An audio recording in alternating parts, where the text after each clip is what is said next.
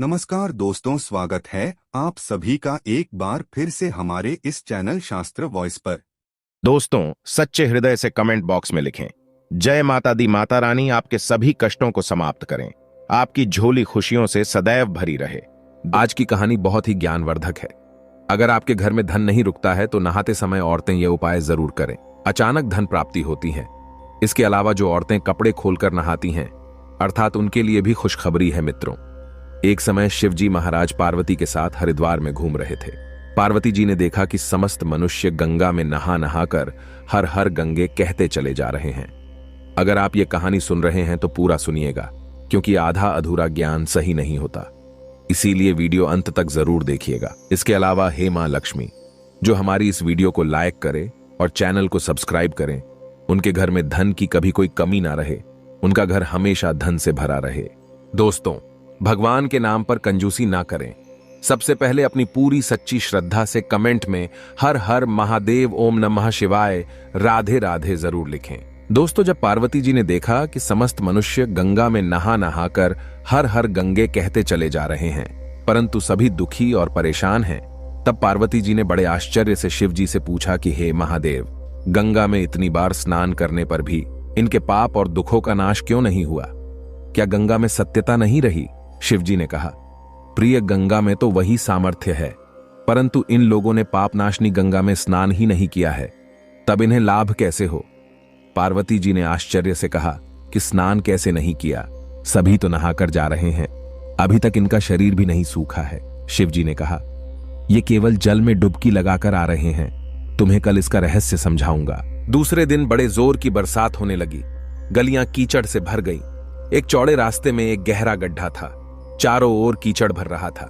शिवजी ने अपनी लीला से वृद्ध रूप धारण कर लिया और विवश की तरह गड्ढे में जाकर ऐसे पड़ गए जैसे कोई मनुष्य चलता चलता गड्ढे में गिर पड़ा हो और निकलने की चेष्टा करने पर भी ना निकल पा रहा हो। पार्वती जी को उन्होंने यह समझाकर गड्ढे के पास बैठा दिया कि देखो, तुम लोगों को सुना सुनाकर यूं पुकारती रहो कि मेरे वृद्ध पति आकस्मक गड्ढे में गिर पड़े हैं, कोई पुण्य आत्मा इन्हें निकालकर इनके प्राण बचाएं और मुझ असहाय की सहायता करे। शिव जी ने यह और समझा दिया कि जब कोई गड्ढे में से मुझे निकालने को तैयार हो, तब इतना और कह देना कि भाई, मेरे पति सर्वथा निष्पाप हैं, इन्हें वही छुए जो स्वयं निष्पाप हो। यदि आप निष्पाप हैं तो इनको हाथ लगाइए, नहीं तो हाथ लगाते ही आप भस्म हो जाएंगे। पार्वती जी तथास्तु कहकर गड्ढे के किनारे बैठ गई और आने जाने वालों को सुना सुनाकर शिव जी की सिखाई हुई बात कहने लगी।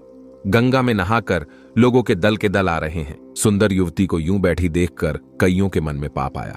कईयों को कुछ धर्म का भय हुआ, कई कानून से डरे। कुछ लोगों ने तो पार्वती जी को यह भी सुना दिया कि मरने दे, बूढ़े को क्यों उसके लिए रोती है। और कुछ दयालु चरित्रवान पुरुष थे, उन्होंने करुणावश उस युवती के पति को निकालना चाहा, परंतु पार्वती के वचन सुनकर वे भी रुक गए। उन्होंने सोचा कि हम गंगा में नहाकर आए हैं तो क्या हुआ, पापी तो हैं ही, कहीं सहायता करते समय हम भस्म ना हो जाएं। इस स्त्री के कथन के अनुसार हम स्वयं भस्म ना हो जाएं। किसी का साहस नहीं हुआ। सैकड़ों आए, सैकड़ों ने पूछा और चले गए। संध्या हो चली। शिवजी ने कहा, पार्वती, देखा आया कोई सच्चे हृदय से गंगा में नहाने वाला। दोस्तों, थोड़ी देर बाद एक जवान हाथ में लौटा लिए हर हर गंगे करता हुए निकला। पार्वती ने उसे भी वही बात कही। युवक का हृदय करुणा से भर आया। उसने शिवजी को निकालने की तैयारी की। पार्वती ने रोककर कहा कि भाई, यदि तुम सर्वथा निष्पाप नहीं होंगे तो मेरे पति को छूते ही जल जाओगे। उसने उसी समय बिना किसी संकोच के दृढ़ निश्चय के साथ पार्वती से कहा कि माता, मेरे निष्पाप होने में तुझे संदेह क्यों होता है? देखती नहीं कि मैं अभी गंगा नहाकर आया हूं। भला गंगा में गोता लगाने के बाद भी कभी पापी रहते हैं। अभी तुम्हारे पति को निकलता हूं। युवक ने लपक कर बूढ़े को ऊपर उठा लिया। शिव पार्वती ने उसे अधिकारी समझकर अपना असली स्वरूप प्रकट कर उसे दर्शन देकर प्रतार्थ किया। शिवजी ने पार्वती से कहा कि इतने लोगों में से इस एक ने ही गंगा स्नान किया है। इसी दृष्टांत के अनुसार जो लोग बिना श्रद्धा और विश्वास के केवल दंभ के लिए गंगा स्नान करते हैं, उन्हें वास्तविक फल नहीं मिलता। परंतु इसका यह मतलब नहीं कि गंगा स्नान व्यर्थ जाता है। गंगा स्नान का बहुत पुण्य भी है। इसके बाद शिवजी ने पार्वती जी से कहा, अब मैं आपको 12 बातें बताता हूं। जो भी मनुष्य इन 12 बातों को नहाते समय ध्यान में रखता है, वह कभी भी दुखी नहीं रहता है। उसके घर में मां लक्ष्मी का वास हो जाता है, उसके घर में अपार धन आता है।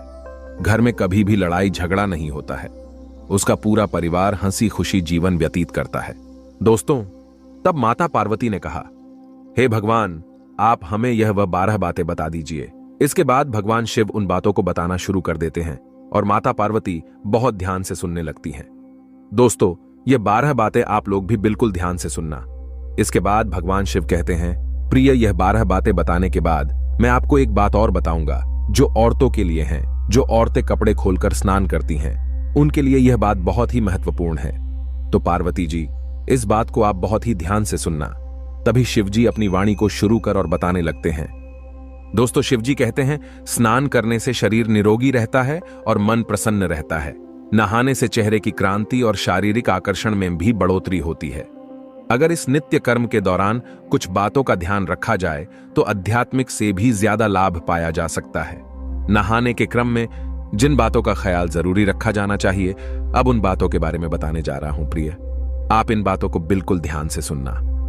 नंबर 1, स्नान करने के बाद लोग शुद्ध होकर पूजा पाठ आदि सारे काम करने के योग्य बनते हैं, इसलिए सुबह को ही स्नान कर लेना चाहिए। नंबर 2, शास्त्रों में कहा गया है कि स्नान करने से इन 10 गुणों की प्राप्ति होती है। रूप, तेज, बाल, पवित्रता, आयु, आरोग्य, निर्लोकता, तव और मेधा। नंबर 3, लक्ष्मी, धन, पुष्टि व आरोग्य और स्वास्थ्य चाहने वालों को हर मौसम में और हर दिन स्नान करना चाहिए। नंबर 4, शास्त्रों में कहा गया है कि सुबह स्नान करने से पाप का नाश होता है और पुण्य मिलता है। ऐसा कहा गया है कि सुबह नहाने वालों के पास नकारात्मक शक्तियां नहीं भटकती, इसीलिए सुबह स्नान करना ही उचित है।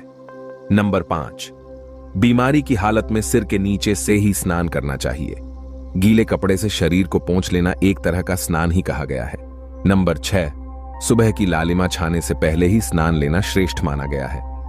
नंबर 7, तेल लगाकर और देह को मल मल कर नदी में नहाना मना है। इसकी जगह नदी से बाहर निकलकर तट पर ही शरीर साफ करके तब नदी में डुबकी लगाना उचित है। नंबर 8, जिन घाटों पर कपड़े धोए जाते हैं वहां का जल अपवित्र माना गया है, इसलिए वहां से कुछ दूर हटकर ही नहाना चाहिए, क्योंकि मनुष्य के सही और गलत आचरण इन्हीं कपड़ों में पाए जाते हैं और ऐसे जल के पास स्नान करना वर्जित है, क्योंकि मनुष्य के कपड़ों में कई तरह के सूक्ष्म कीटाणु होते हैं, इसीलिए ऐसे जल और तट के पास स्नान नहीं करना चाहिए। नंबर 9, नदी में 11 या 21 डुबकियां लगाना अच्छा बताया गया है। नंबर 10, पवित्र नदियों में कपड़े निचोड़ने की मनाही है। नदी में किसी तरह की गंदगी नहीं बहानी चाहिए। नंबर 11, नल की तुलना में झरने का पानी झरने से ज्यादा नदी का पानी, नदी के पानी से किसी तीर्थ का जल, तीर्थ के जल से गंगा जल अधिक श्रेष्ठ माना गया है, शुभकारी माना गया है, सभी तीर्थों में सबसे बड़ा तीर्थ स्थल माना गया। नंबर 12, गंगा माता का कथन है कि स्नान करते वक्त कोई चाहे जहां भी मेरा स्मरण करेगा, मैं वहां के जल में आ जाऊंगी। इसके बाद शिवजी ने कहा, अब मैं आपको औरतों के बारे में बताता हूं जो औरतें कपड़े खोलकर स्नान करती हैं। शिवजी ने कहा, हिंदू धर्म में शास्त्रों में हर एक चीज के लिए कुछ नियम बनाए गए हैं। इन नियमों में से एक है स्नान को लेकर की गई बातें। ऐसा माना जाता है कि आम व्यक्ति को शास्त्रों के नियमों का पालन जरूर करना चाहिए, जिससे घर की सुख समृद्धि बनी रहती है और खुशहाली आती है, साथ में अपार धन बरसता है, माता लक्ष्मी प्रसन्न होती हैं। दरअसल हमारे शास्त्रों में ऐसी कई बातें लिखी गई हैं जिनका हम पालन सदियों से करते चले आ रहे हैं, लेकिन उसके कारणों के बारे में अभी भी पूरी जानकारी नहीं है। ऐसे ही नियमों में से एक है निर्वस्त्र स्नान करना। आपने अक्सर घर के बड़ों को ऐसा कहते सुना होगा कि कभी भी स्नान बिना कपड़ों के यानी निर्वस्त्र नहीं करना चाहिए। अगर हम पौराणिक कथाओं की बात करें तो निर्वस्त्र स्नान की मनाही का एक सबसे बड़ा कारण कृष्ण जी के समय से जुड़ा है। पौराणिक कथाओं के अनुसार एक बार जब गोपिकाएं सरोवर में स्नान कर रही थीं और वो निर्वस्त्र थी, उस समय बाल कृष्ण ने गोपियों के सभी वस्त्र छिपा दिए। उस समय जब कृष्ण जी ने उनके वस्त्र छिपा लिए और गोपियों ने अपने वस्त्र वापस लेने की प्रार्थना की, तब कृष्ण जी ने उन्हें समझाया कि कहीं भी बिना वस्त्र धारण किए स्नान नहीं करना चाहिए। इससे जल के देवता वरुण का अपमान होता है, इसलिए आपको निर्वस्त्र स्नान न करने की सलाह दी जाती है। अगर आप नहाते समय यह सोचते हैं कि बंद कमरे में कोई आपको नहीं देख रहा है तो ऐसा गलत है, क्योंकि ईश्वर आपको हर स्थान पर देखते हैं। यदि आप निर्वस्त्र होकर स्नान कर रहे हैं तो यह मुख्य रूप से जल के देवता वरुण का अपमान करने जैसा होता है। निर्वस्त्र स्नान से आपको पाप लग सकता है और आर्थिक और शारीरिक नुकसान पहुंच सकते हैं। नहाते समय आपके पूर्वज भी आपको नग्न अवस्था में देखते होते हैं। भूत प्रेत भी आपको नग्न अवस्था में देखते हैं और वह आपके ऊपर चिपक सकते हैं, आपके शरीर में अपना स्थान बना सकते हैं। इसीलिए ईश्वर ने मनुष्य को बचाने के लिए इन सभी बातों का जिक्र शास्त्रों में किया है।